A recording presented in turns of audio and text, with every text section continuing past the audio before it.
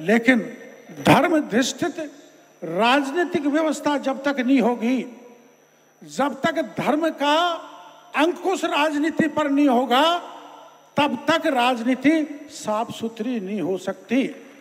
मेरी मान्यता है, जैसे चंद्रगुप्त पर चाणक्य का मार्गदर्शन था, भगवान राम को गुरु वशिष्ठ और विश्वामित्र मार्गदर्शन करते थे, राजधर्म की पालना होती थी।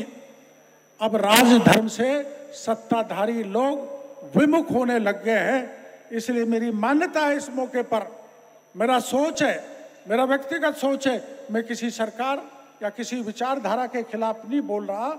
जब तक देश में धर्माधिष्ठित राजनीतिक व्यवस्था नहीं होगी, जब तक देश की राजनीति सुधरने वाली नहीं है।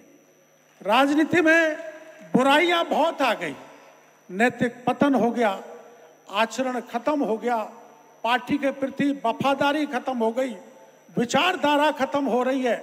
और किसी भी पार्टी का आए, किसी भी पार्टी में घुस जाए, मेंबर ऑफ पार्लियामेंट बन जाए, एमएलए बन जाए, मंत्री बन जाए। मैंने तो ये देखा है कि आज की राजनीति कॉमर्शलाइज्ड हो गई है, उद्योग हो गई है।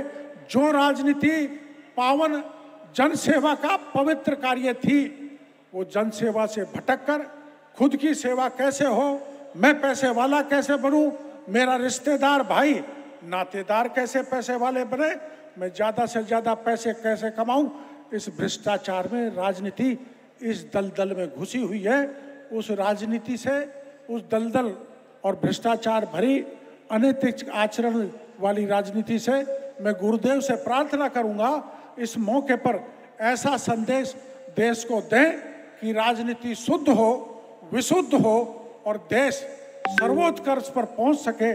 क्योंकि जब तक राजनीति की गंदगी नहीं हटेगी, आपको पता है, एक बार देश में रेल दुर्घटना हो गई थी।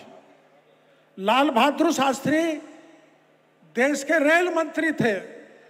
उन्होंने तनिक भी सोचे विचारे कर, पद की परवाह न करते हुए ये कहा कि मेरी जिम्मेदारी, नैतिक जिम्मेदारी है कि मैं सही ढंग से रेल का विभाग मैं संभाल नहीं सका, कार्रवाई नहीं कर सका, इसलिए एक्सीडेंट होकर मेरे कई देशवासी मौत के मुंह में समा गए।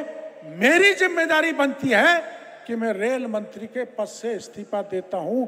ऐसी स्वच्छ और हाई मोरल वाली राजनीति की आवश्यकता है।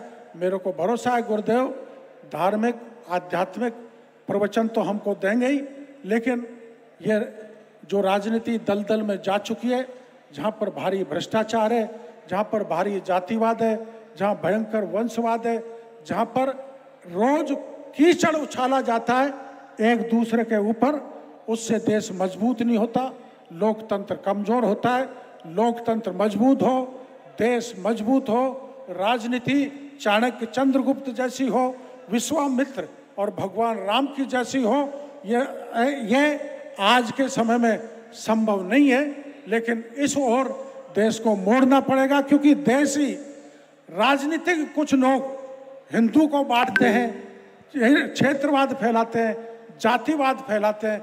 और जब दल के ऐसे विचारधारा वाले लोग जब जातिवाद फैलाएंगे, हिंदू धर्म को बांटेंगे, तो हमारा लक्ष्य तो प्राप्त होगा, लेकिन उसमें समय लगेगा। समय ज़्यादा बिताने की आवश्यकता नहीं है। तेजी से राष्ट्रोत्कर्ष हो, हिंदू राष्ट्र बने और भारत अखंड बने, इसके लिए हमको तेजी से प्रयास करने की आवश्यकता है। और गुरुदेव के चरण में नमन करते हुए मैं कहना चाहता हूँ, यही एक महापुरुष ऐसे हैं जिनके विचार आया है कि हमारे देश को अखंड बनाना है, हिंदू राष्ट्र बनाना है। इनके प्रवचनों पर चल के हमको सच्ची सेवा समर्पित भाव से करनी है और परिश्रम की पराकाष्ठा करके इस देश को हिंदू राष्ट्र बनाना है, इस भारत माता को अखंड बनाना है। इन्हीं शब्दों के साथ मैं आप सबको बहुत बहुत आभार प्रदर्शन करना चाहता हूँ, धन्यवाद देना चाहता हूँ।